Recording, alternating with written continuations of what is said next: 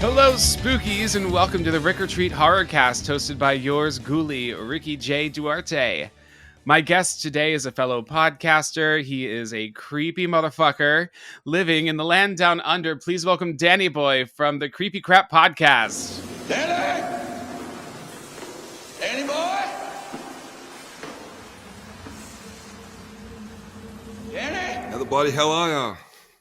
Hello, I am the worst at dialects. As an actor, as an actor, any dialect that I attempt turns into like a chimney sweep from Mary Poppins.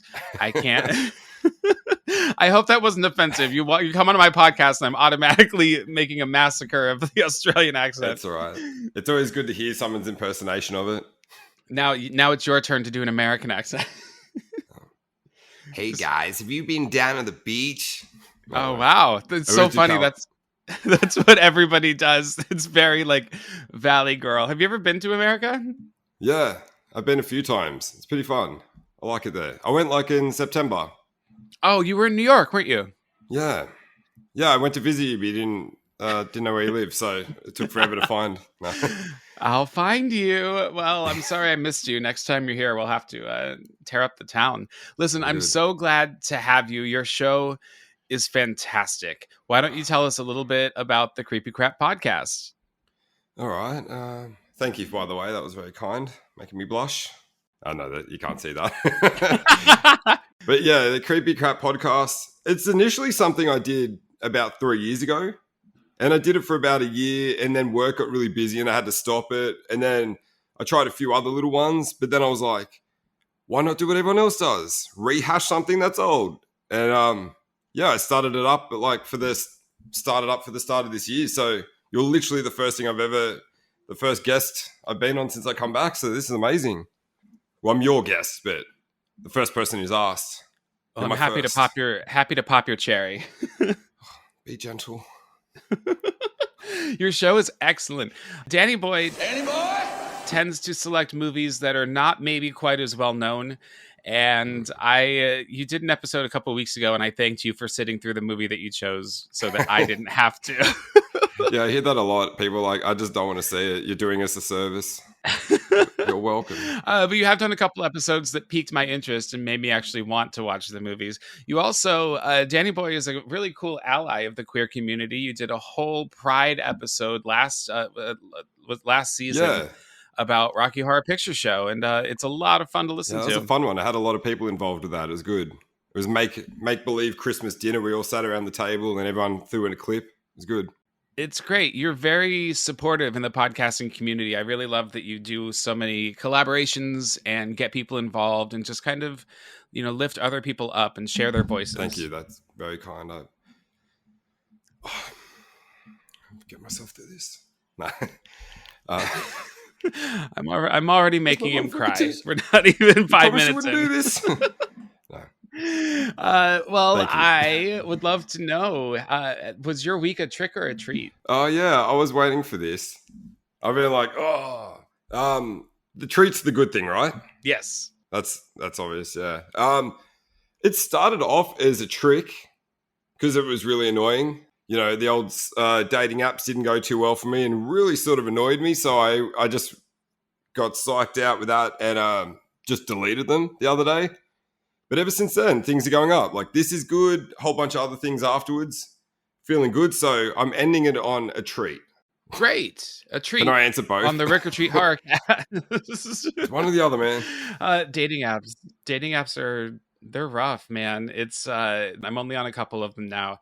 and everyone on Hinge in New York City is a bottom, and everyone on Scruff in New York City is that app started out as being for bears and dudes like me, and now it's just not anymore. And now it's all kind of clicky and unwelcoming and unfriendly. Oh, that sucks. And now that I don't go out, I don't go to bars anymore because I don't drink anymore. I'm not meeting anybody.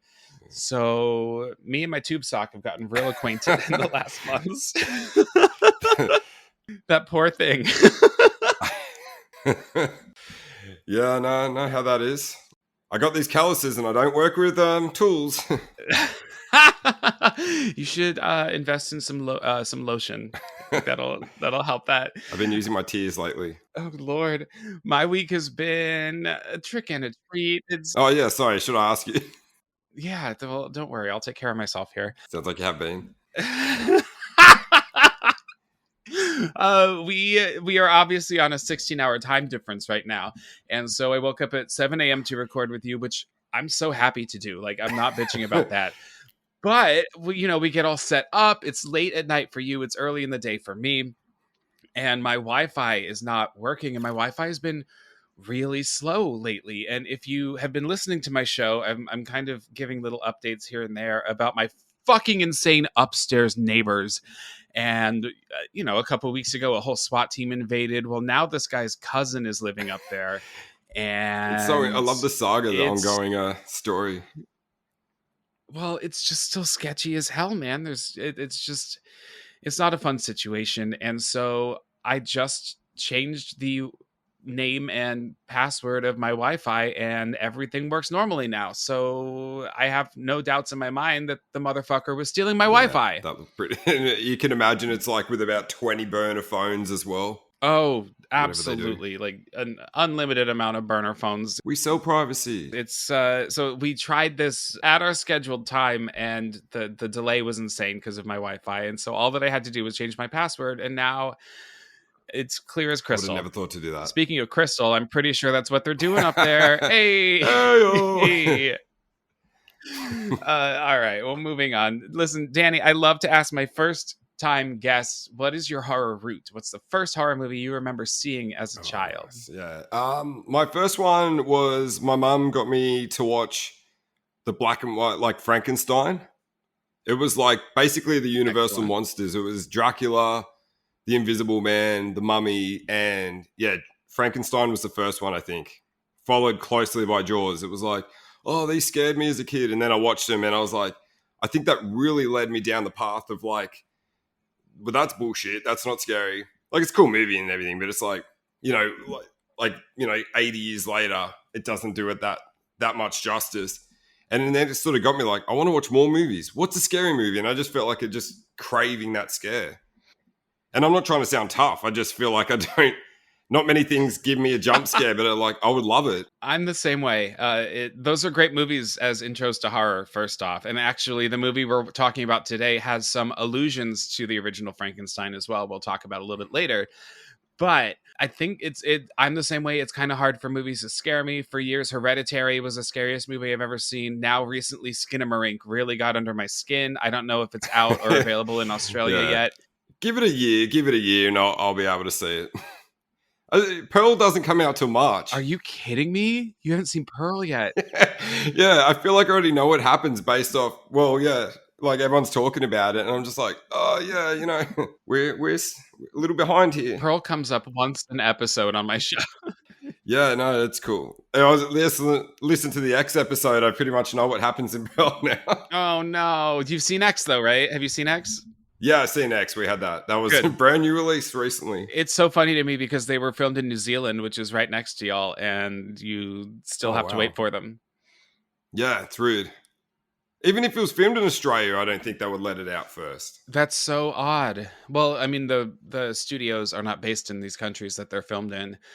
It's just been released. Mia Goth talked about the script for the upcoming third installment, Maxine, and she says that it's going to be unhinged and it'll be the most insane of all three of them. And I mean, I can't wait. It's probably my most anticipated movie of the year. It's definitely not going to be The Exorcist by David Gordon Green. That's my least anticipated movie of the year.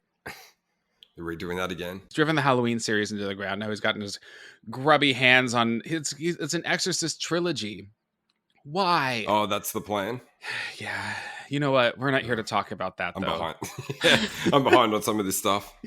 We are here to talk about one of my favorite franchises. It's just a horror staple. I guess if we're talking about childhood horror movies, we're talking about Child's Play 2 today. This was actually the first in the series that I ever saw as a little kid, and it must have been on network television. I've told this story once before on the show.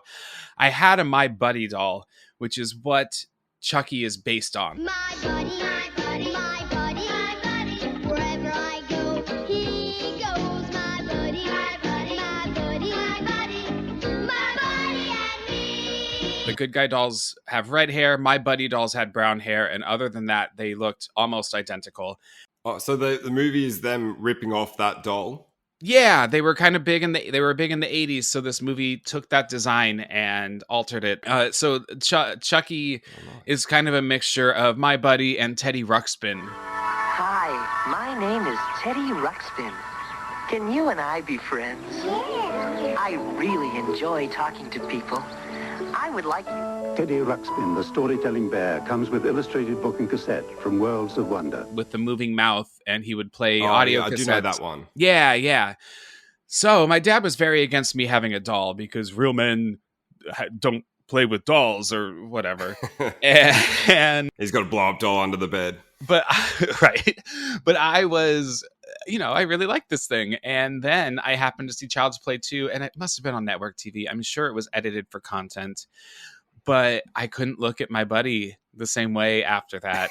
And I threw him in the trash, and my mom found him in the trash and took him out, and she put him back on my bed. So when I go into my bedroom, I see my fucking buddy sitting on the bed staring at me with a fucking horrifying. Big molded plastic smile on his face. And that was it for me, It's real. Yeah, so that was my little story. I actually initially wanted to talk about Child's Play 3 on our episode, and then I watched the movie and decided 2 was a better option. Yeah. I don't hate 3. Good choice. The ending of 3 is very exciting. It just takes a long time to get there. The whole military school aspect is it was a rushed job. 1 and 2 were huge hits, so 3 was rushed. And Don Mancini Don has openly said, like, he wishes that they hadn't been rushed. They could have taken some more time with it. But it is what it is. Child's Play 2 is oftentimes revered as perhaps the best in the series. I'm nodding as if you can hear me. It's a podcast, make some noise. I keep looking at my video instead of yours. Oh, you're so vain. I know, it's rude. I kind of tend to agree. I love the original Child's Play. I love all of these movies. But 2 just has a very special place in my heart. I think it's very atmospheric. I think it's a beautiful looking movie. We'll talk about that in a little bit. Yeah. That cover is so good. Oh, it is true. I mean, I'm wearing it on a t-shirt right now. The t-shirt is the movie poster with Chucky, and he's got a pair of hedge clippers, and he's decapitating a Jack in the Box. And it says, "Sorry, Jack, Chucky's back." I'm best. Super excited because in March I'm going to the New Jersey horror convention, and Alex Vincent, who plays Andy, and Christina Leese, who plays Kyle in this movie, are going to be there. So I'm very excited to have them sign a Child's Play 2 poster for me and get that shit framed. That's really good. That must be so fun. We don't get those things here, as far as I know. We get a few like Comic-Con type things, but that's about it. Well, I've been to New York Comic-Con. I have to say, and I'm a little embarrassed to say this broadcast to all of my listeners, but this will be my first horror convention. And I'm really looking forward to it. I'm so excited. It's just not something that I have put the money or energy to in the past, but I am super excited to immerse myself in this world. And nice. Are you dressing up? Yeah. I don't know yet. I could wear my Child's Play 2 shirt. By that point, I will have merch for the podcast. So maybe I'll wear my podcast t-shirt and try to plug it a little bit. I don't know. I haven't decided. Are you going to get them to do like a sound bit for you? Or does that cost extra? I don't even know if they would be willing to do that. Yeah. I might be a little too shy to even ask. I don't know. I'm not a very shy person, but I don't want to be annoying. Like, I don't want to be annoying and, try to shove it in their faces. Or they ruin your childhood experience by being rude to you. They're like, no, mate, piss off. And you're like, oh. Part of me not going to horror cons is that oftentimes when I meet celebrities or, actors or writers or people that I really admire, it's not always a great experience. And sometimes it's because it'll be at the stage door after a Broadway show. And I don't like meeting actors after a show because they're tired, right? And they just want to get to their car. Or Yeah. as a waiter, I meet them while I'm serving them at a restaurant. And that's not really the experience that I'm not going to like have an experience with them. I'm just bringing them hamburgers. So at least in this, I am paying this person to interact with me, which is Yeah. basically how I get interaction with anybody these days. But Rent boys. oh my God, you know that website. Well, don't worry. Your check is in the mail. It'll probably take a minute because it's overseas. Thank you. Well, let's go ahead and talk about Child's Play 2. Let's go Rick or treating. Let's do it.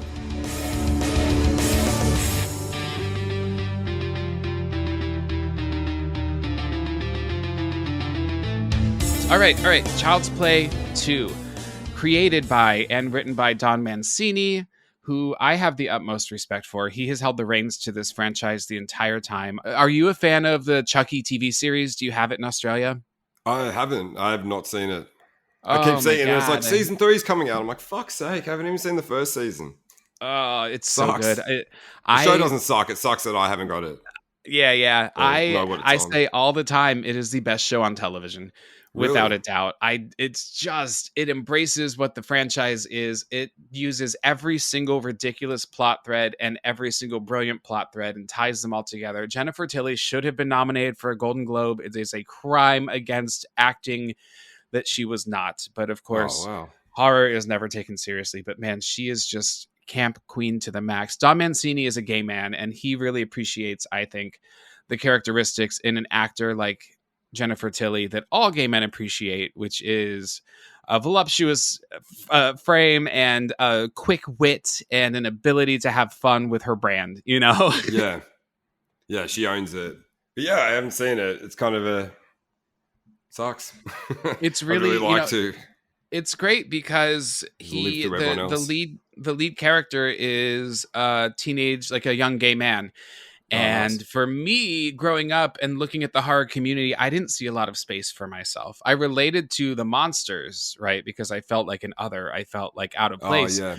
But in the fandom, it felt very like alpha macho metalhead bro. And so to have this in the forefront, because for many years, gay characters were the butt of a joke or not well represented. I actually remember Bride of Chucky being the first time that I remember seeing a gay character portrayed in a more realistic and sympathetic way. He's still kind of the gay best friend, but he's not, him being gay is not the butt of the joke. He's not apologetic about it. Anyway, Don Mancini has done an incredible job of incorporating the queer community or the queer lived experience in this TV show. And I applaud him for it. He's kind of a personal hero for me in the horror world. So he created characters. He wrote, was kind of lead writer on the first screenplay. He takes the lead on this screenplay as well. John Lafia directed this. John Lafia was also a writer on the original screenplay. Oh, okay, yes. That original one was directed by Tom Holland, and he incorporated a few things that Don Mancini was not super thrilled about. Don Mancini did not love the voodoo aspect of Chucky. Oh, yeah. And that's how he transfers his soul. I don't know what Don's original plan was for how Chucky is supernatural, but it's like seems to be the only way to explain how he could get into someone else. Yeah, and it works. But so anyway, Tom Holland was not brought on, but the other good guy doll in this movie is named Tommy, named after Tom Holland, the director of the original film. Oh, that's a nice little Easter egg. Yeah, it was filmed on a budget of $13 million, and it brought home 35.8. So it was a decently sized hit. It opened at number 1 in the box office in 1990. Really? Yes. The film stars Alex Vincent returning as Andy Barclay, Jenny Agutter as Joanne Simpson, his foster mom. Now, she, years before, had appeared in An American Werewolf in London as Nurse Alex. Got herself in the horror world. Yeah, and so I also knew her from Logan's Run. So I have an episode about American Werewolf in London coming out in a couple weeks. Pretty excited to talk about that. We have Christina Leese as Kyle, Andy's foster sister. She's excellent in this. Garrett Graham plays Phil Simpson, the foster dad. Brad Dourif returns as the voice of Chucky. He's brilliant. Grace Zabriskie plays Grace Poole, who works at the adoption agency. Oh, the Grudge one, yeah. Yes. Beth Grant plays Miss Kettlewell, Andy's school teacher. We have Greg German as Matson and Peter Haskell as Sullivan. And they don't make it too long. Well, they don't make it too long in the movie at all. No. Or at least Matson doesn't. Sullivan, I believe, makes it to the third movie, but he's only in the opening scene of this one. So those are our core cast of characters. I also want to take a moment and discuss the movie's score, because this is going to be the first time that we hear the iconic... I love those restoration videos. They're so fun. Well, so the film was supposed to open with an evidence locker, and it was Chucky's body was going to be locked up in an evidence locker. There was going to be a shot of Jason's mask and a shot of Freddy's glove. Oh, yeah. And then Chucky in another locker. This didn't happen, but they reused this idea in the opening scene of Bride of Chucky, which I think is pretty cool. At least it got used. Yeah.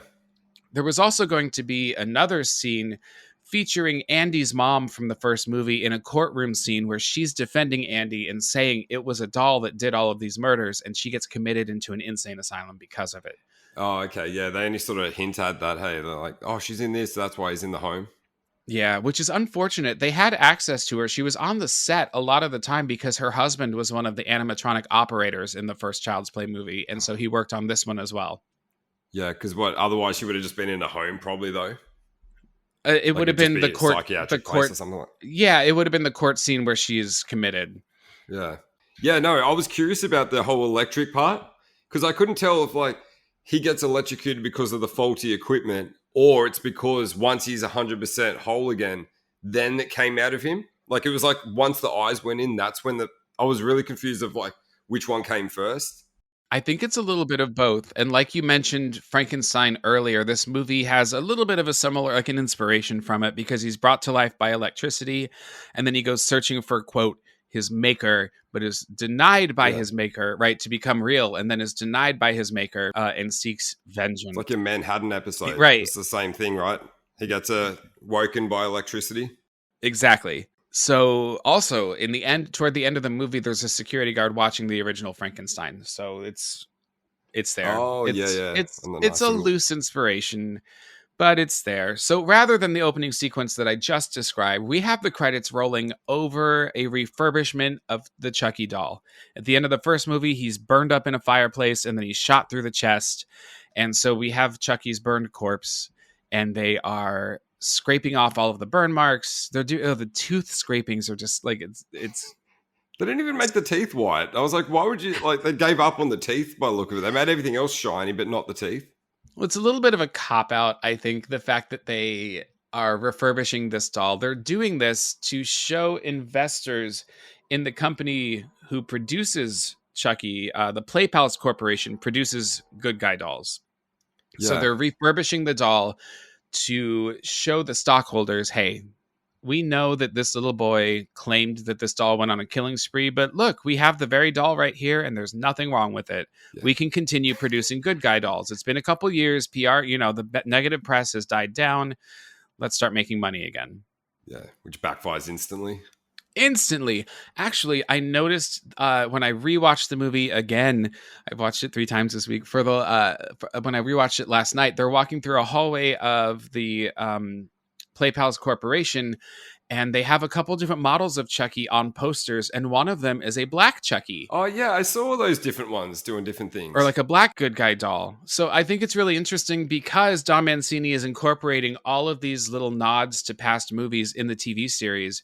I'm wondering if maybe he'll incorporate new variations on the good guy doll moving forward and bring us a vast array of good guys of color. Yeah, which might be a pretty cool way to bring in more cast members and more actors and add some more versatility because the cast is pretty versatile already. But like, hey, let's do this. I think it's a pretty cool idea, actually. Let's mix it up.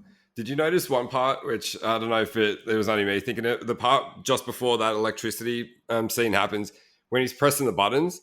Did that remind you of the original Willy Wonka that much? And he's pressing it, he's like, what would a computer want with a lifetime of chocolate? That's like all I could think about, the stupid pressing the buttons. I'm like, what sequence is that? Press one button to go down. It's clearly, obviously, just randomly pushing buttons. It's funny that you should bring up Willy Wonka, though, because the color palette and set design for this movie was a little bit inspired by that. The color palette in this movie is almost like you open up a box of crayons. It's a very brightly colored film. Yeah. A lot of the cinematography takes place low to the ground, looking up. The director wanted to give the impression of a child's perspective of the world. So we have Yeah, that makes sense. kind of a lot of primary colors or variations on primary colors all throughout. Chucky is still It's maybe... going to be the brightest factory you've ever seen. Yeah, and so actually Willy Wonka's factory was a lot of inspiration for the... That is completely coincidental that I brought that up. But it's cool though, because it shows that it works. This movie is really praised for its tone and its atmosphere and the way that it looks, and a lot of it has to do with, I think, that color palette. It kind of matches the colors on Chucky's sweater, you know? Yeah.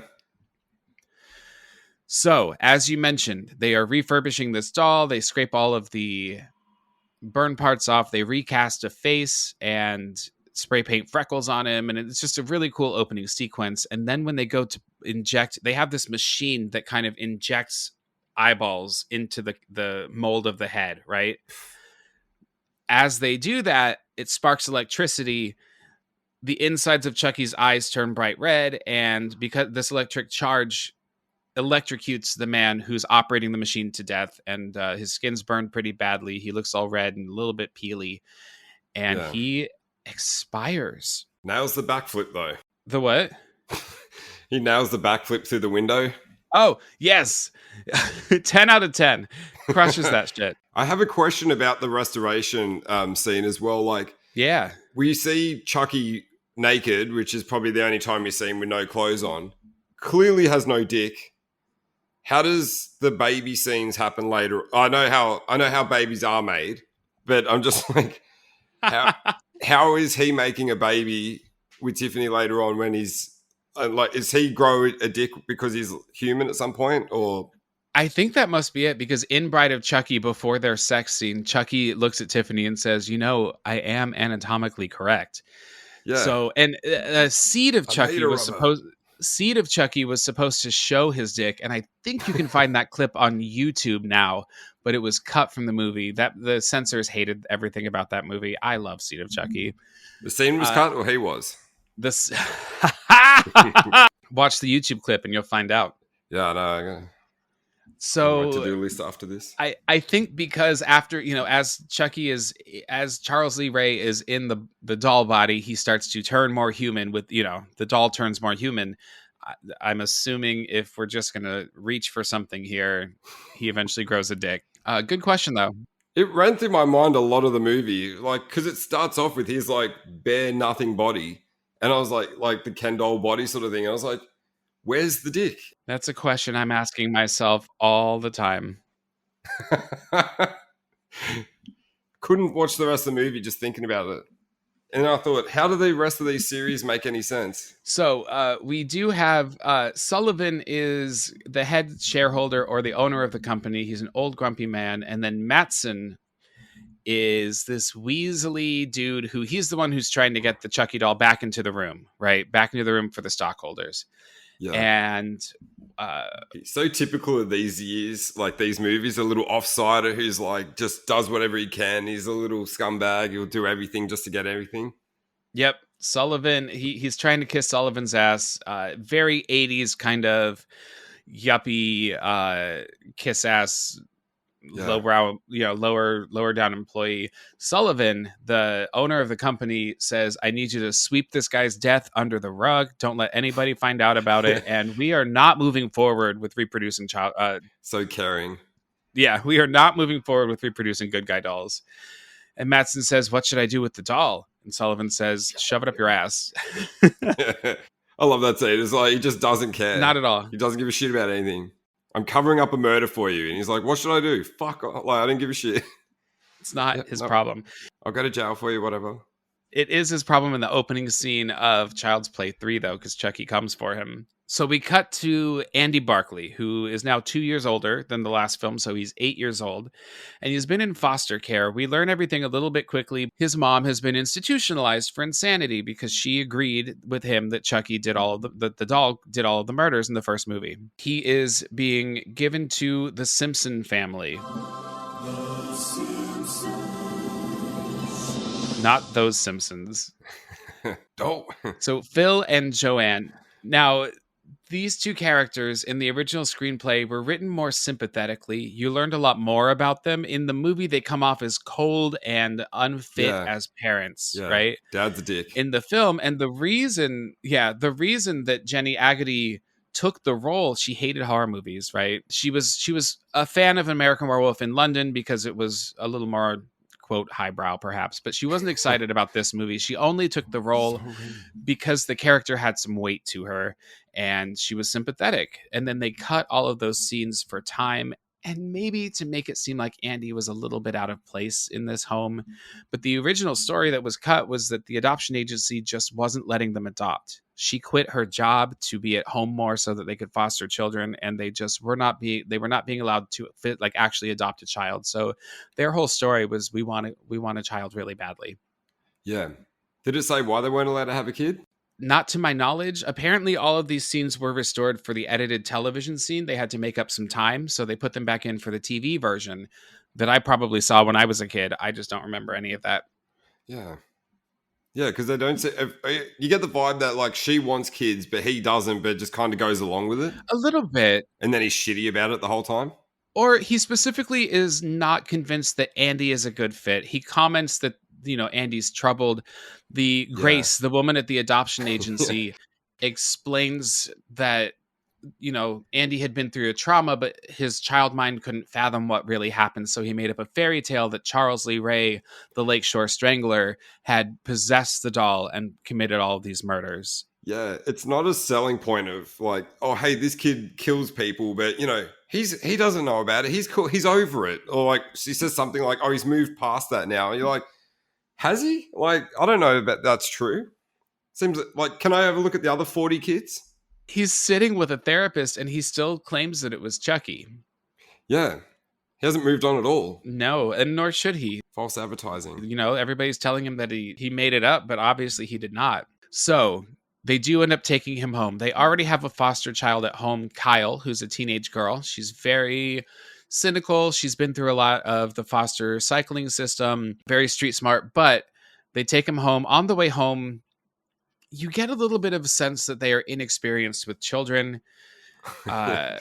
Joanne asks him, what's your favorite food? And he says chocolate. And she says, well, we can't have that all the time. What else? And he says this cute line where he says, my mom used to make me eggs. I like eggs. So, she says, well, we'll stop at the grocery store. And then she says, tells Phil, why don't we stop at that organic one around the corner? Now, there's nothing wrong with feeding your children organic, but in 1990, it might have been atypical. Yeah. And maybe not necessarily the go-to for a parent, right? I thought his response was similar as well. Like, he's like, my mom used to fix me eggs or whatever. And then he's like, oh, cool. Do you like sushi? It's like, I just said fucking eggs. Yeah, Obviously exactly. Not sushi. I would have said sushi. Kids don't like... I would have said sushi. Kids don't like sushi, Yeah. It's... I don't like sushi now. I would hate that if he adopted me now. I'd still be like, no. And I don't want eggs either. It's not what I asked for. I'll take chocolate. They get him home and they have a pretty fabulous house, but it is specifically designed to be kind of asymmetrical. There's a lot of weird angles in it. It doesn't...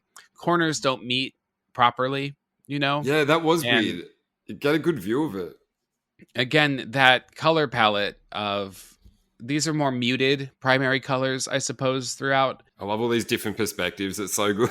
I was like, how old are these people? They look like they're maybe 30s, 40s, but it's hard to tell back in those days. But it's like, this is a house of a 90-year-old.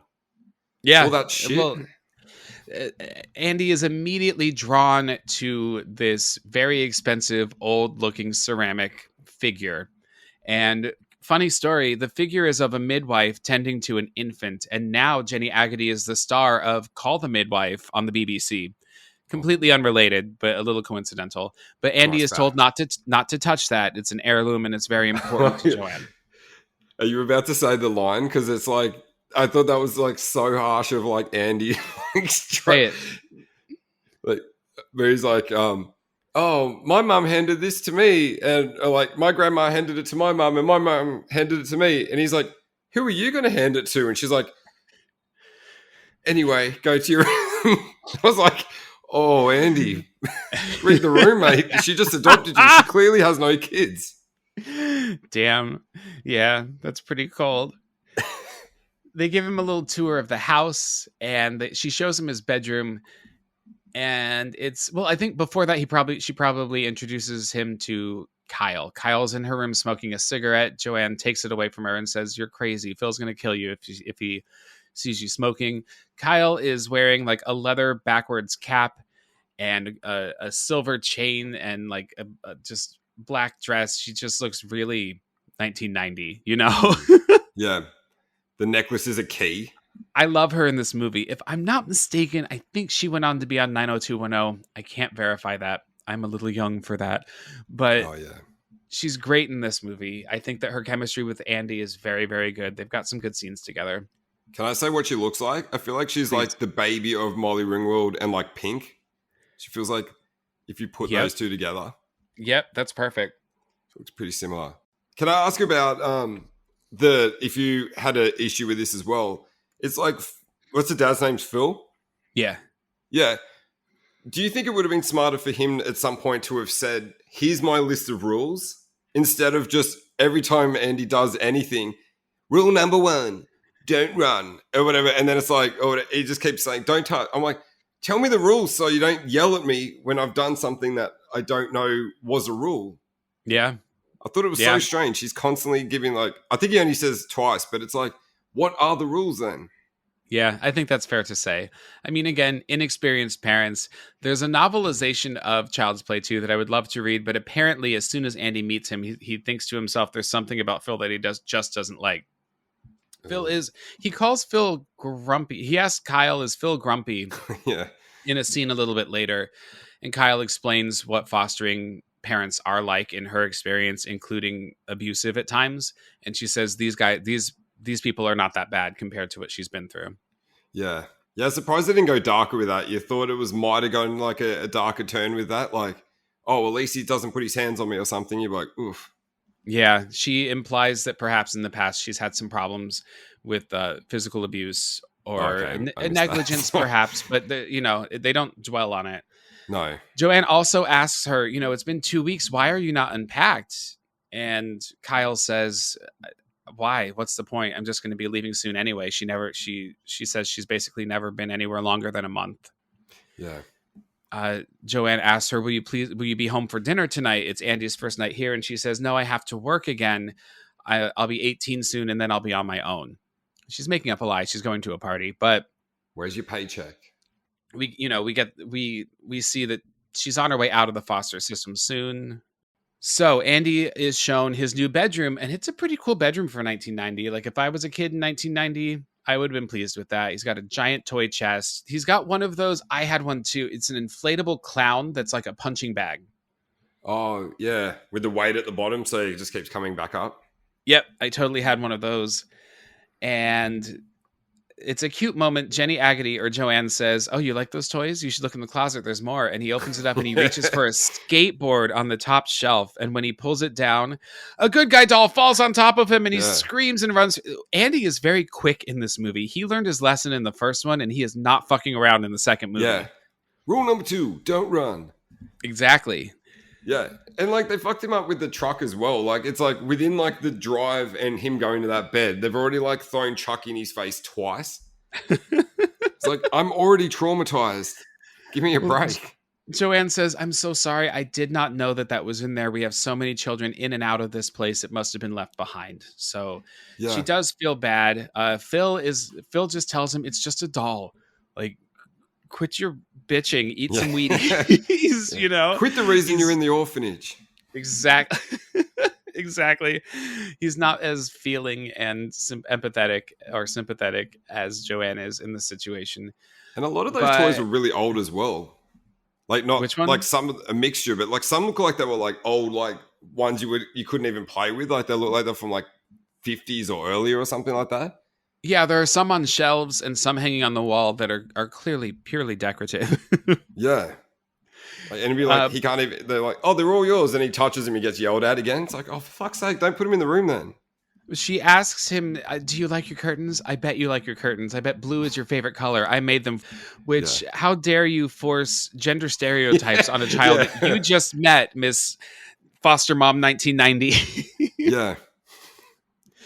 Anyway, so now we know that there's a good guy doll in the house. Meanwhile, as all of this is happening, oh, that's right. The doll says, hi, I'm Tommy. Want to play? Because each of the good guy dolls comes with a different name.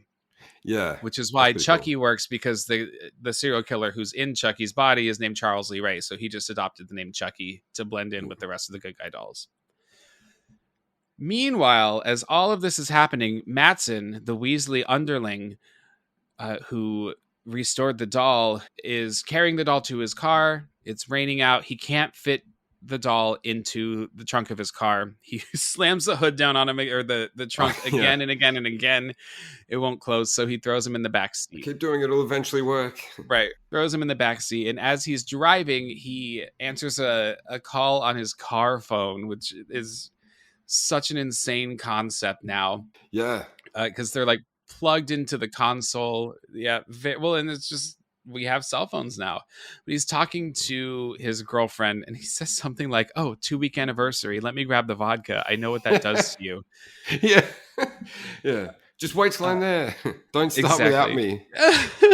But, you know, of course, he tells her, of course I didn't forget the vodka, but he did. So he stops at a liquor store. She sounded like she forgot him when he's like, hey, it's me. Yeah, me. Like she's Also, like, oh, Jeff? Like, no. Like, who feels clearly. inclined to celebrate their 2-week anniversary? Is that a thing that people do? Do you do it every 2 weeks? Is it like, or every week, or like how many?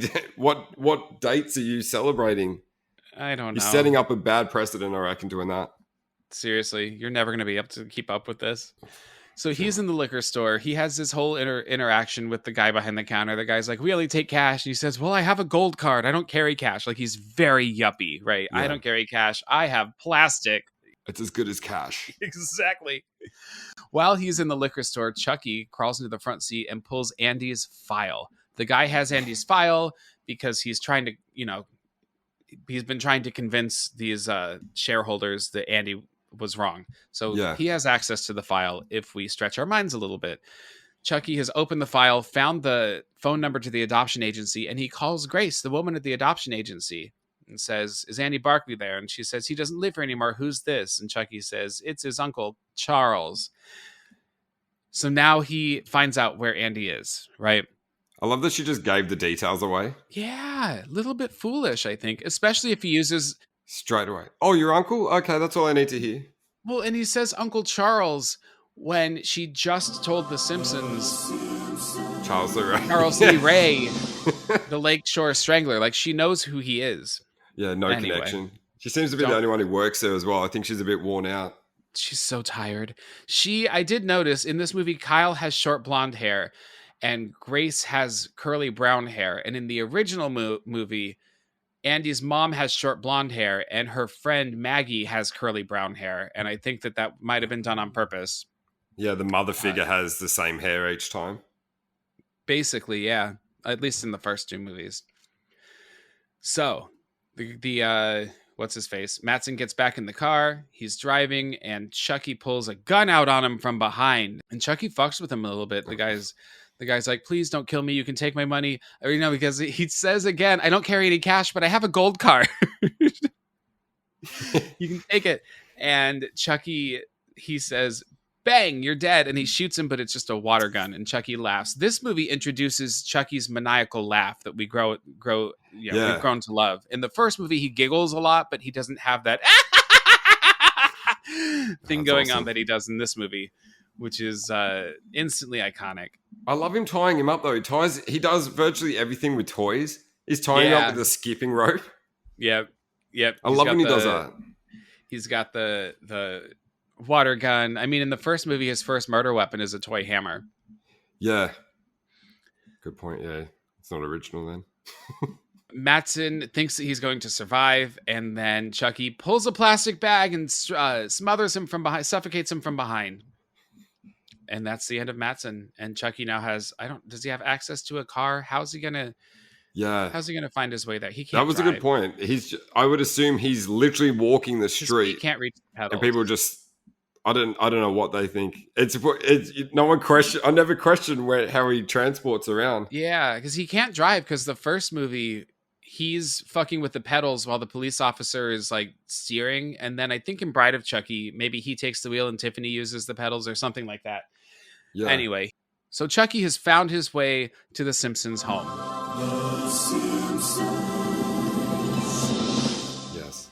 And he sneaks in and he's downstairs at the staircase. It's really cool. They do a more shots of Chucky standing on his own in this film than they did in the first one. I think that Chucky looks great in this movie. Yeah. They changed the frame rate by which they record him into something a little slower. So when they speed it up, his lips and face matches his vocals a little more. I think in the first movie, Brad Dourif was reciting his lines live. And I know for a fact in this one, it's pre-recorded, and that allowed them to match him up more precisely with the puppet. Oh, that's interesting. I believe that's the case. So he's standing at the bottom of the stairs, and Tommy, the other good guy doll, starts going off, like kind of malfunctioning. Chucky destroys this good guy doll, and in the process, breaks the figure, the porcelain that or Hummel ceramic figure thing or whatever it is. Yes, that is so important to Joanne. So after he destroyed, it's so funny because he turns around and the Tommy doll says, "Hi, I'm Tommy, want to play?" And Chucky goes, "Shut up, you idiot," and pushes him down.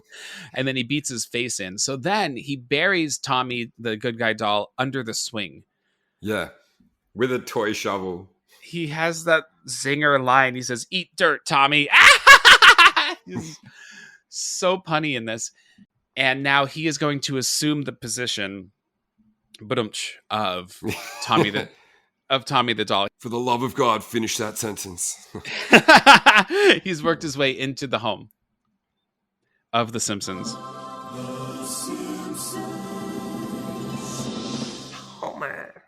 Now, it's the next morning, and it is discovered that the Hummel figure has been destroyed. And Andy and Kyle are brought to the kitchen table to talk about it. Kyle says something like, "I think we should talk to our lawyers first." And Joanne says, "No, this was really important to me. Like, it's not, that's in poor taste, Kyle." Yeah. Neither of them will come forward about it. Neither of them know what happened. Yeah, they're like, "We didn't fucking touch your thing. Get it?" Like, Andy looks in the back of the doll to check if there are batteries, and there are. This time, Chucky has batteries in him because he's like, "Well, it's broken and I didn't do it. Is this doll Chucky?" So he checks the batteries. They're in there. Because in the first movie, that's how Andy's mom discovers that Chucky is possessed.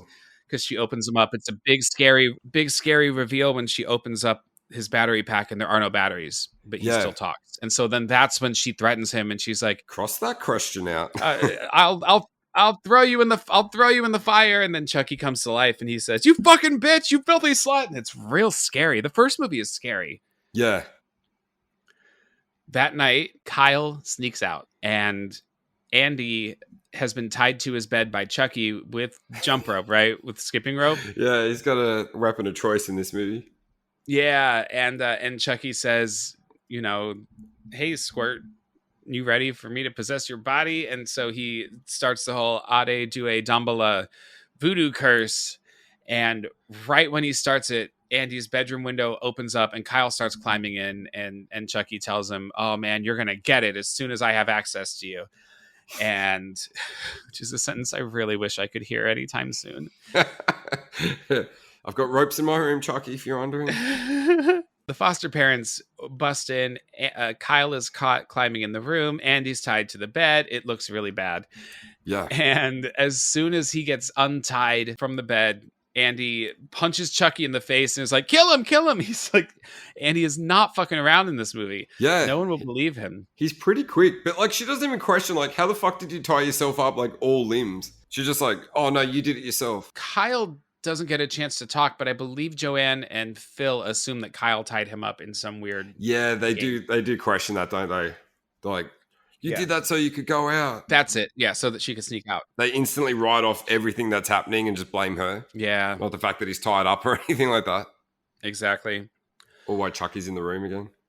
Phil has had enough of Andy saying Chucky, that the doll is alive, and Phil grabs Andy, takes him to the basement, and from the top of the stairs throws the doll down into the basement and says, "This is it. I've had enough.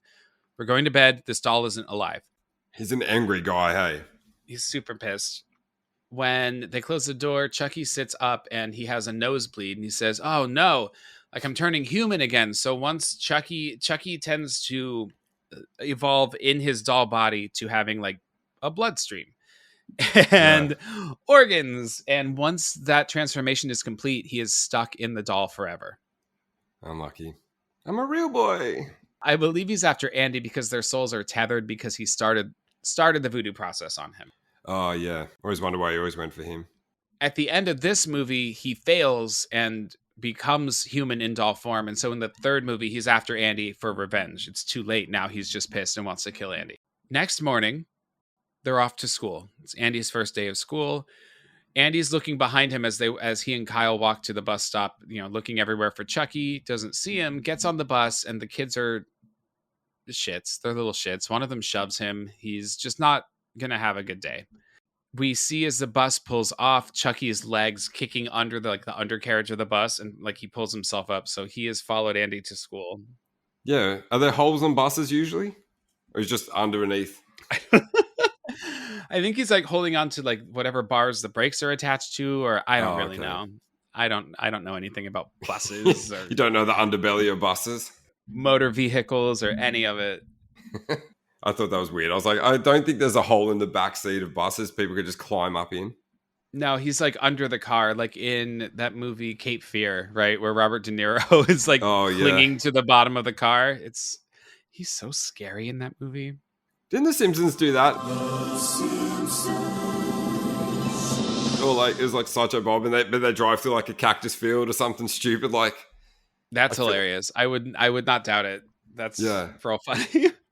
So they get to school, and Miss Kessler is the teacher. Now, the actor who played Miss Kessler had inhibitions about accepting this role, and she talked to her friend and said, "Should I take this movie? It seems like a bad choice." And her friend turns out to be the woman who played Maggie in the first movie, and she told her, "Well, if you happen to watch the first one, you'll see that I'm in it. So yeah, go ahead and take it. You're not too good for this." I don't know what she's like. Oh, is this out of character for me? I'm like, she's typecast as the bitchy neighbor, friend, co-worker, and all that shit. Right. And the dad's the dickhead guy who's the boss or the neighbor or something. Both of them play basically the same role from every movie in the 90s. There's just all these same characters. It's he's the neighbor who goes around and complains and eventually gets if it's a kid's movie, gets hit with something at the end or exactly. They're always the same characters, those two. We saw the same character actors through the late 80s to mid 90s in every role over and over and over again. Oh, we need an annoying neighbor. I'm on it. They're always the same people. Chucky sneaks into the classroom and he pulls one of Andy's papers and he starts writing on it, but we don't see what he writes. I think it's fucking hilarious. We're in so class much thought into that. I know. It cuts a little bit later into the middle of the class, and the teacher is reading Pinocchio to the class, which is about a doll who becomes a real boy. Very Chucky. Yeah. The teacher is flipping through the children's assignments and comes upon Andy's, and in red crayon, Chucky has written, "Fuck you, bitch." And she dismisses the class, but grabs Andy pretty violently. So angry. Teachers putting their hands on children used to be a thing. Now... Yeah, she's the old school. That was so intense. It was calm down, instantly, because she's rude to him straight away. New kids shouldn't talk out of place and all this sort of shit. She's already angry at him before that and then gets it. And then she's like, that's because, Did you see the paper, by the way? It's meant to be animals and stuff. He's literally colored in every picture in just yellow. Did you happen to look at I did not, no. Behind the writing? Oh, it was he's 8 years old. I feel that's preschool coloring in job, what he's just done. He's literally just colored in every animal on the page in yellow crayon. I don't know anything about childhood development, Neither do I. I don't have kids either. but I do know that Andy might be a little bit behind. I just feel like I knew how to change colors by that point. Maybe because he's the new kid, they weren't sharing the colors with him. I don't know. Oh, that's a good thought. So she dismisses the class, but grabs Andy and sits him down and says, "You're not going anywhere for a very long time." And she puts his head down on the desk, and Andy says, "No, it wasn't me." And he looks at the doll, and she says, "No way. No toys." She grabs Chucky, and she throws him in a supply closet in the classroom. She leaves the room, and Andy is getting the fuck out of there. He crawls out a window and leaves. Miss Kessler comes back into the room, sees that Andy is gone, and assumes that he's hiding in the storage closet. It's locked. She says, "Andy, this isn't funny." Unlocks it. We have the obligatory searching, rummaging through things, trying to build tension. Yeah, the misleads.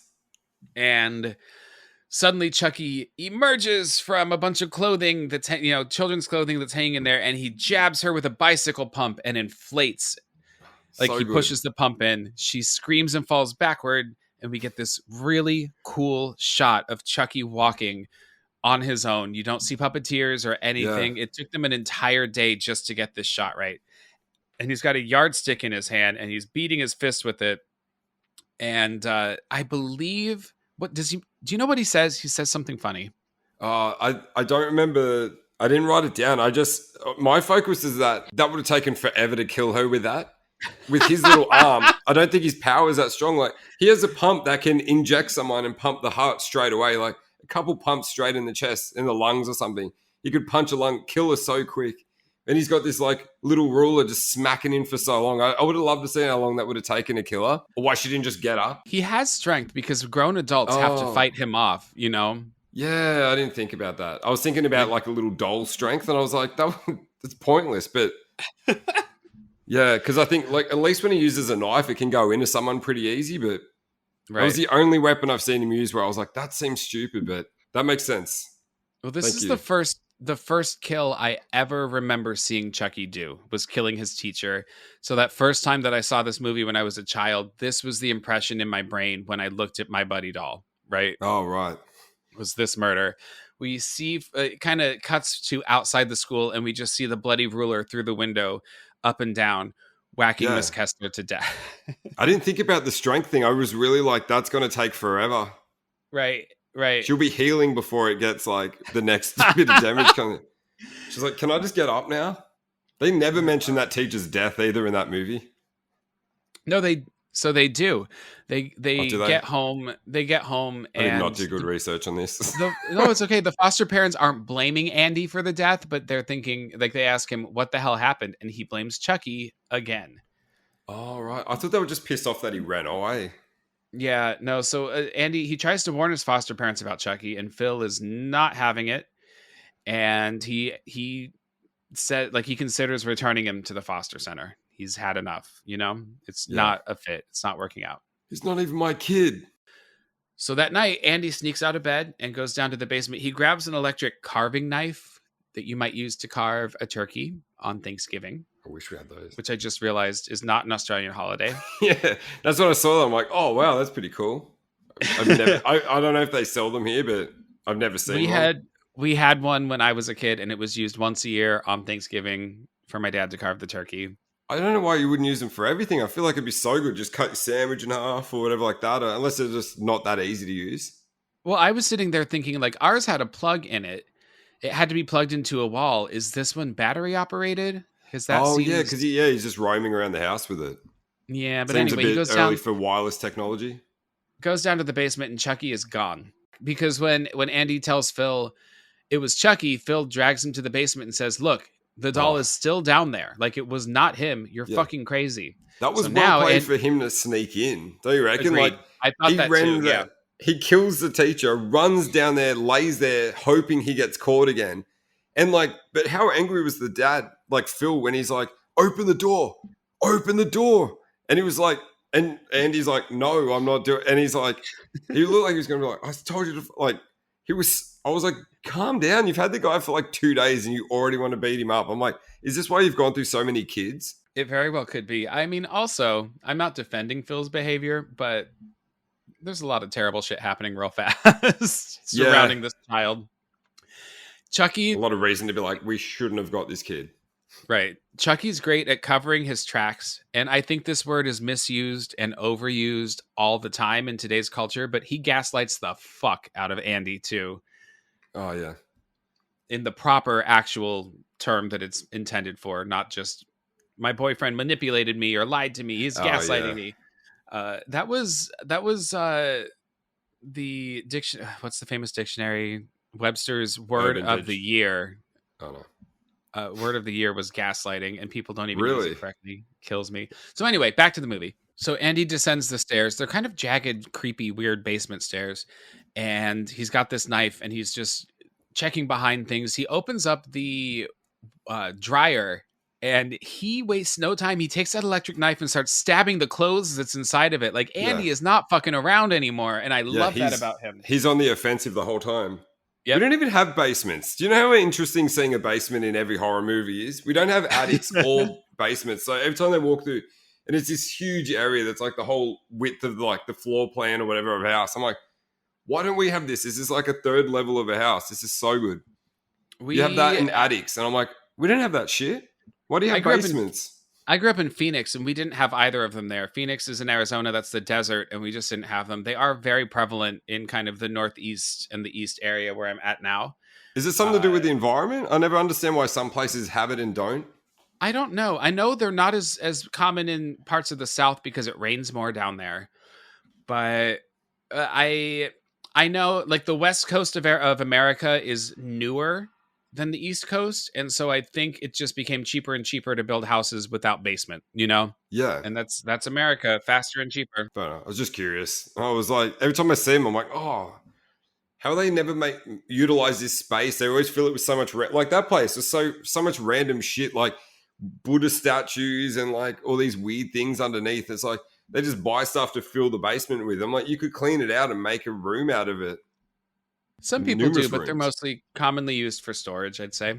You know, they're not built to be livable. They're not often insulated for weather, okay. or they're really typically That explains why no one's ever living in them then. Right, I was like, look at all this wasted space. So much floor space. Chucky attacks Andy. He says, "Get ready, we're about to be really close." And he starts to spell again, but Phil has heard a noise and opens the door. And Chucky hides. Phil sees Andy with this electric knife and says, "Put down the knife. What the hell is wrong with you?" And he starts coming down the stairs, and Andy says, "No, I need the knife for..." And then Chucky trips Phil with some kind of hook thing. And so now Phil is dangling upside down off of the stairs, and he sees Chucky, and Chucky says something like, "Amazing, ain't it?" And then lets Phil go, and How's Phil it hanging, falls and Phil? snaps. Yeah, that's it, and snaps his neck. Yeah. And it didn't seem that far, but I guess you don't need that much of a distance. Not if you land with all of your weight on there. They filmed this they started with the actor on the ground with his neck bent in like a weird, unnatural position, and then they pull him up. And so when you play that in reverse, it looks like he falls down and snaps his neck. So I just learned that researching this. That's commonly how they film these shots in movies where someone snaps their neck, which is pretty cool because it looks great. Can I also ask you a design question as well while you're just talking about that, because it's directly just before that.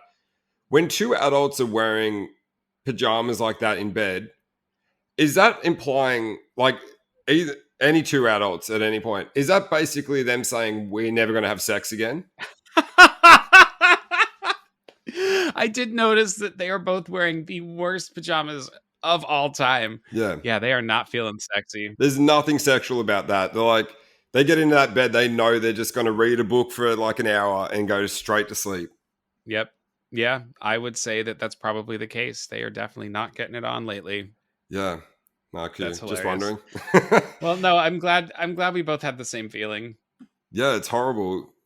You've given up if you wear them. That's how I see it. You're not wrong. Kyle and Joanne run into the basement and see that Phil has been killed. Kyle says, "I'll call the police," and Joanne cries over her husband's dead body. Andy tries to approach her, and she looks at him and very meanly says, "Get away from me." Yeah. And that's it. Never She's done. together again. Never. No, that's it. She is over Andy. She blames Andy. She thinks Andy did it. Andy is sent back to the adoption agency. So Andy is back at the foster center. Kyle is still wide awake, and she's sitting on the swing out front and having a cigarette, and her foot is dragging on the dirt underneath. And that foot slowly starts to uncover Tommy, the good guy doll that Chucky has buried. Yeah, shallow grave.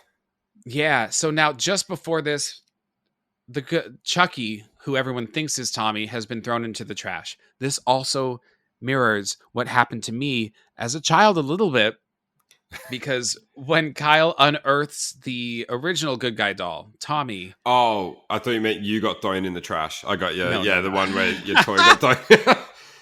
I'm like casually like, hey, remember when I got thrown in the bin? She unearths Tommy and his face is bashed in, and then she goes and looks in the trash can to see if the doll that just got thrown in there is there, and it's not. Then she realizes, oh shit, there are two dolls. Chucky is one of them. This doll is alive. And it's a pretty good little like reaction. Tense music starts playing. So she runs upstairs to warn Joanne, and from behind approaches her. Joanne is sitting at her sewing machine. And it's it's obviously an ode to Psycho when she touches her by the shoulder, and the chair that she's sitting in swings around. It looks just like the reveal of Mrs. Bates in Psycho. And her mouth is gagged and her throat has been cut. It's not a great makeup effect. It really just looks like they smeared blood on her neck. Yeah, it looks like it was on the piece of like string or whatever around her neck, and it's just moved slightly from where it was anyway. It didn't look like blood. Like it didn't look like she'd been cut in her neck at all. And her face looked darker than it should have, probably. Yeah, a little disappointing, but anyway, Joanne has perished. Chucky ambushes Kyle, and he forces her to drive him to the foster center.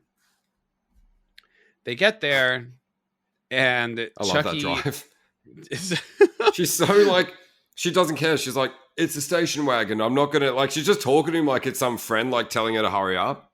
Right. Well, she gets pulled over by a police officer at one point, right? Yeah. And Chucky's in the passenger seat, and the guy says, "Oh, it's one of them good guy dolls." And Chucky just turns and starts talking, and then he has a nosebleed, and she says, "Oh, you've seen dolls that pee?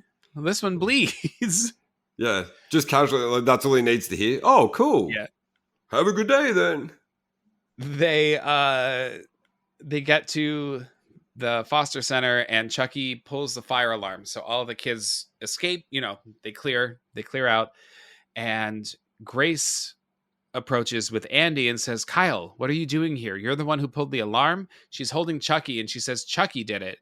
Grace doesn't believe him, and then Chucky attacks Grace and stabs her repeatedly. Yeah, that's annoying that their last moment of life is the only time they get to realize their last thought in their head was like, oh shit, this kid wasn't lying.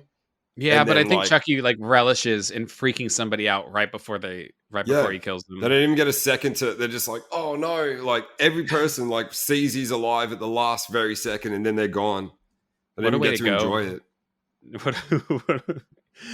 What a terrifying and confusing thought to have as you're dying. Yeah, there's so many thoughts running through your head at the last minute. That's why Andy was right.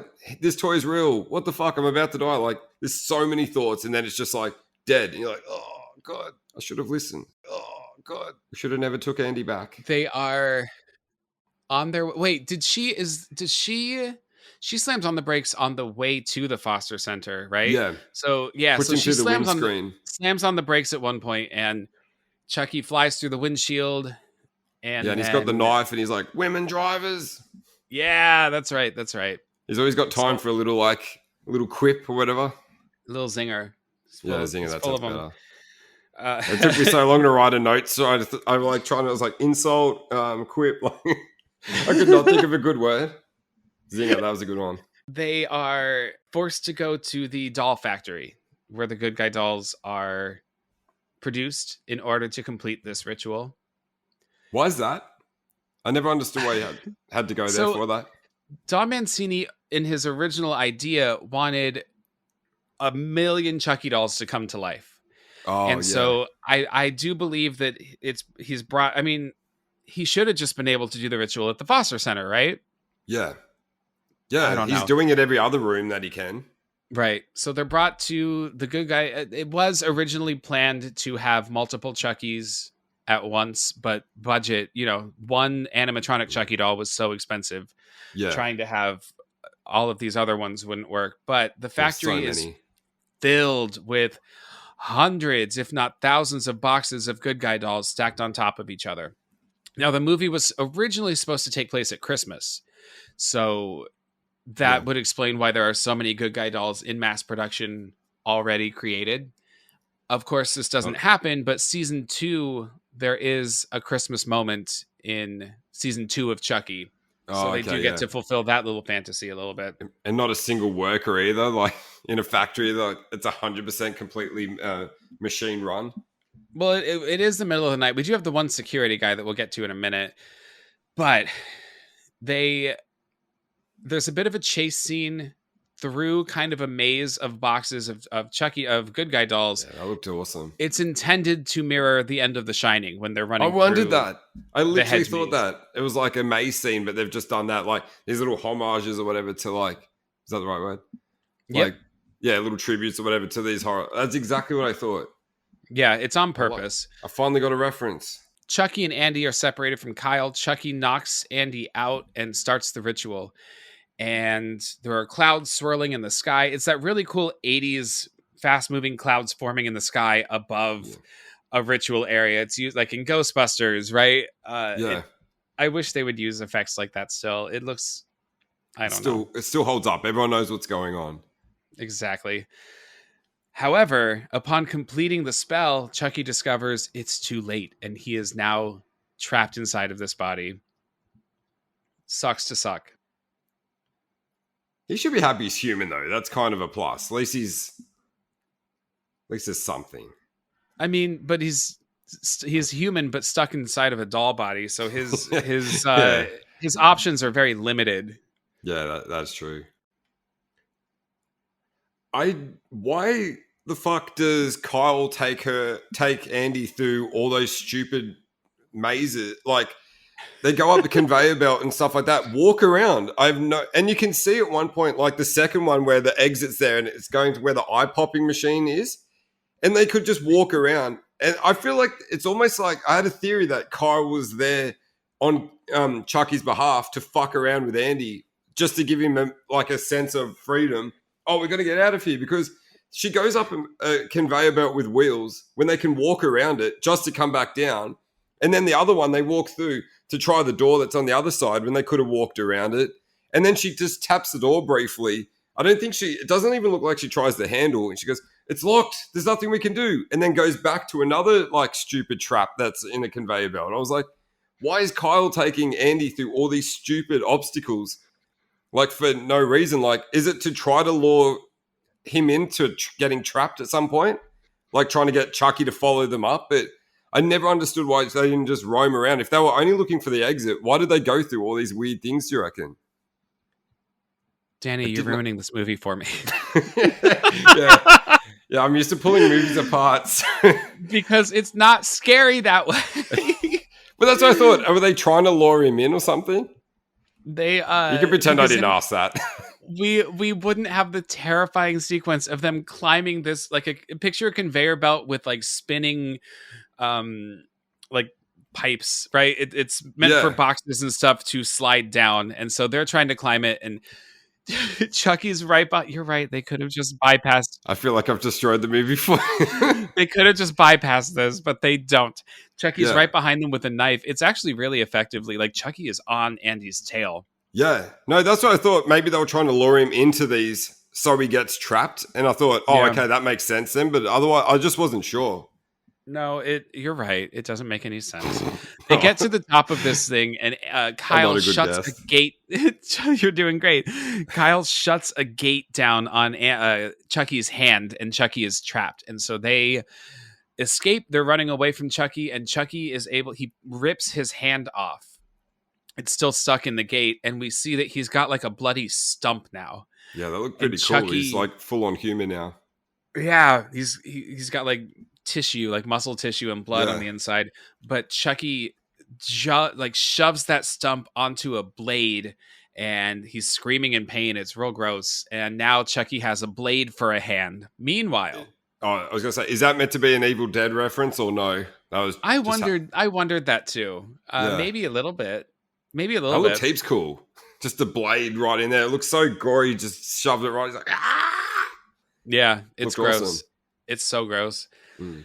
Kyle and Andy find themselves on a conveyor belt that leads to that same eye plugging machine that we saw at the beginning. But so somehow the machine gets turned on. Maybe Chucky does it. I don't know.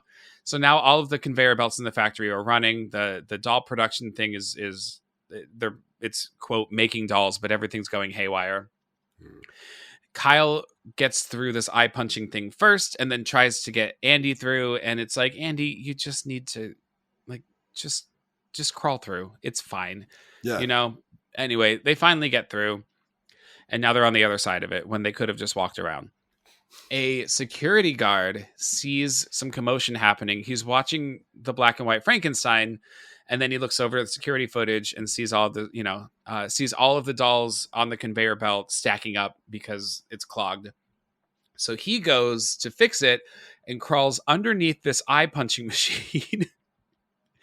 And his head gets stuck in it. And then the machine punches 2 doll eyes where his eyeballs were. Yeah, it's a pretty good death, to be honest. It's a pretty good death. Yeah, it's It'd pretty be so nuts. hard to see that, like an open casket. It's just got these googly eyes. Yeah. It's funny. Not for him. Kyle and Andy end up trapping Chucky. Chucky somehow ties this corpse upside down. And so the corpse swings toward them and they scream. And then Chucky gets trapped on an upward conveyor belt that leads to a kind of it's a part of the machine that pieces the doll together, right? It shoves with the like arms hot and legs wax in. or whatever that is. With hot plastic. Yeah, it's hot plastic. Yeah, that makes more sense. They're not And candles. so Chucky is just about to kill them, and then he gets stuck on this conveyor belt, and he's moving up pretty rapidly to this doll melting / assembling mechanism. And Kyle gives him the finger, and it's such a great moment. She's just got this like smirk on her face and flips him off. And then the doors slam, and we hear Chucky screaming in agony as he's being just destroyed. Yeah. The door opens, and what looks like something what out we of see- Society. It's Society or The Thing, even. Yeah, good one. It's just Fucked up. an assortment of legs and arms and plastic, and it comes down toward them, and so they think, oh my god, Chucky's dead. But he's not. He has cut his own legs off before he gets killed by this thing. So now Strong boy. Kyle gets knocked out. I think that's it. The dead body then swings and knocks Kyle out. Is that it? Yeah. And Andy's on his own, and Chucky's crawling with no legs toward him, and he's like swinging his blade in his arm. And he says, I'm going to cut your legs off too, Andy. And Andy backs up, and first off, a air hose gets sliced with Chucky's blade. So this air hose is flipping around, spurting out air. And at the same time, Andy turns a knob and sprays all of this molten hot plastic all over Chucky. So now Chucky is melting and screaming. It's a mixture of gore and bodily fluids and plastic. It looks amazing. It looks really good. There's a moment where like it's just veins all over the plastic Chucky. It's really interesting. He just so fucked up already. I love that this is like multi-level. It's very much like in Terminator, right? Where the Terminator keeps coming for Sarah Connor nonstop, and then it's just like an arm reaching for her. It's very that. So Kyle comes to. Chucky has been melted. He's still like kind of the shape. His shape is still there. He's just covered in plastic. Yeah, unrecognizable. And Kyle comes to, and then Chucky comes back to life again. And Kyle, good work, Andy. Does she say, "Eat this, Chucky"? And she shoves the air hose into Chucky's mouth. I love this. And because Chucky is melty and his plastic is melted and kind of elastic, he inflates like a balloon. His head, it's almost funny. in Big Trouble in Little China, that scene where the guy explodes, it's very much similar to that. I haven't seen it. Oh, it's very good. John All right. Carpenter, Kurt Put it down. Russell. It's a match made in heaven. So Chucky's head inflates, gets really, really big, and then explodes. And this time he's done. Yeah. Right? Just That's my favorite death of his, I reckon. it's so good. Yeah, I agree. And especially because he just keeps coming back in this. Yeah. Yeah. He's like, he loses the legs. He's almost destroyed there. So he's like crawling. He's just smaller and smaller pieces of him. And then finally, Yep. fuck you. He's so shocked. He it's is. a good ending. It is. It's a great ending. Kyle puts her arm around Andy. They vacate. They get the fuck out of there. And Andy says, "Where do we go now?" Kyle says, "We're going home." Andy says, "Where's that?" And Kyle says, "I have no idea." And the credits roll. And that is Child's Play 2. That's the one. It's a good movie. It is a great movie, right? I really love this movie. I think it's a lot of fun. Like I said, it looks great. It's a worthy sequel to the original. Yeah. That's what I mean. It's when you look back, it's colorful, it's fun. The death. That's what I mean when I was talking to you about it. I'm like, oh, that's the factory one, right? Because I hadn't watched it for a while. I'm like, and then it takes a while to get the factory. I'm like, maybe I've got that wrong. And I'm like, no, because the first one he gets burned. And it's just so good. It's so colorful. But yeah, just the hot plastic. Kept saying wax. But it was amazing. Right. I love that death. This series is great at taking what happened to Chucky in the last one and making sense of how he comes back to life with it in the following film. Like in Child's Play 3, the factory is cleaned up and they take the molten plastic, like what's remaining of Chucky that's like stuck to the floor because it's plastic, and they just throw all of that plastic into the melter and use it to inject a new Chucky mold. And so now that's how Chucky comes back to life in the third one. Bride of Chucky only takes place a couple months after Child's Play 3, so Tiffany has found the remaining bits and pieces because Chucky gets chopped up in a fan in that one. She takes all of those pieces and sews them back together, so that's why he's got stitches. Yeah. It just the continuity, while it's a big stretch of the imagination, at least they're adhering to it. Yeah, because she's all into the voodoo with that one. Well, I think you were the perfect guest to talk about this movie, but I have a question for you. On the Rick Horrorcast, there's a rating system. A movie's a trick or a treat or a smell my feet. So a trick is, it's a good movie. A treat is you loved it, or a smell my feet means it sucked. How would you rate this movie, Danny Boy? I'd say, if I'm being honest, probably Trick. Yeah. It's not my favorite movie in the world, but it's definitely my favorite of that series. And yeah, I'd say Trick, but it definitely doesn't suck. I know I was pulling it apart, but it's definitely like, that's just the style of how I'm just looking at it. I'm like, why? But yeah, no, I'd say Trick. What about you? I'm going to call it a treat. I'm going to call it a treat for sure. Again, maybe not like my favorite horror movie in the world, but it's up there. Yeah. And among my favorite of this series, I think every movie in this series for a different reason. The Chucky franchise is very monumental for me, I think, because of that childhood memory of having a My Buddy doll. And I don't know. I just love it. The idea of a serial killer trapped in the doll of a body is great. And Chucky's just so much fun to watch with his sinister laugh and his foul mouth. And, the way that he covers his tracks, he's a great, iconic slasher killer. I was going to say, you briefly talked before we did this, though. What was it about the cover? I think we were going to maybe talk about here. What was it about the cover that drew you in when you first initially saw it? I think it's just a striking poster. I love I think, what was this, 1990? So later in the 90s, horror posters would be very lazy. It would just be the faces of the stars in front of like a blade, or you know what I mean? Yeah. It would be just kind of really bad Photoshop. This was maybe the end of the era of really cool and imaginative horror movie posters. And so you think of walking around like Blockbuster, the video store, when you're younger, and you see these covers of horror movies, and it's striking. Yeah. And you know immediately what it's about. You know that it's Chucky. I mean, I feel like I probably didn't see the poster before I saw the movie. The poster would have come later. But it's playful. you know, Chucky is destroying a childhood plaything. He's cutting the head off of a Jack-in-the-Box. And to me, that is exactly what this movie is. The movies are great. The earlier movies are great at incorporating childhood playthings used as weapons, you know. It's like an evil Toy Story. Basically, yeah.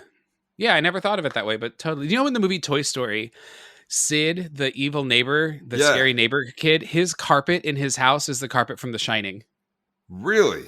Yeah, isn't that funny? Yeah. I love all those little like hidden things in there. Same. I used to like the cover of this. Was the only reason I brought it up is because like this specific movie was like a childhood memory of me so much, because the video shop I used to go to, we didn't have Blockbuster where I lived. It was like just it was called a Video Optics or something like that. But the horror section was kind of hidden away.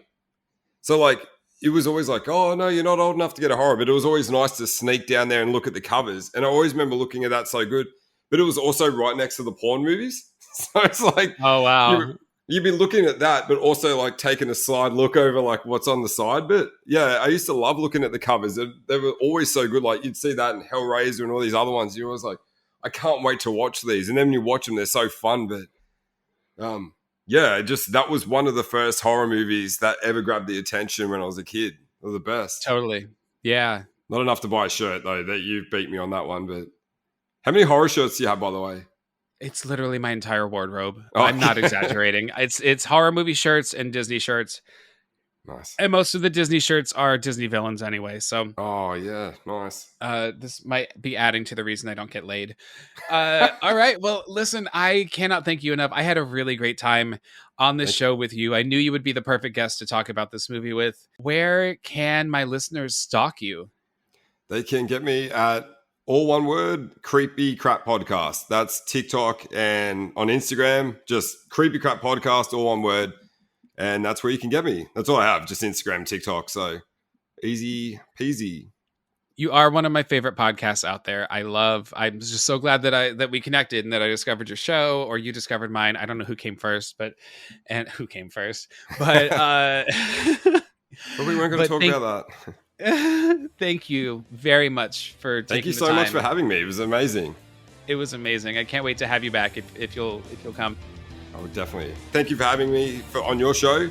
And if you ever, when I'm ready for guests for mine, I'll be happy to have you on mine. I will absolutely, in a heartbeat. I can't wait.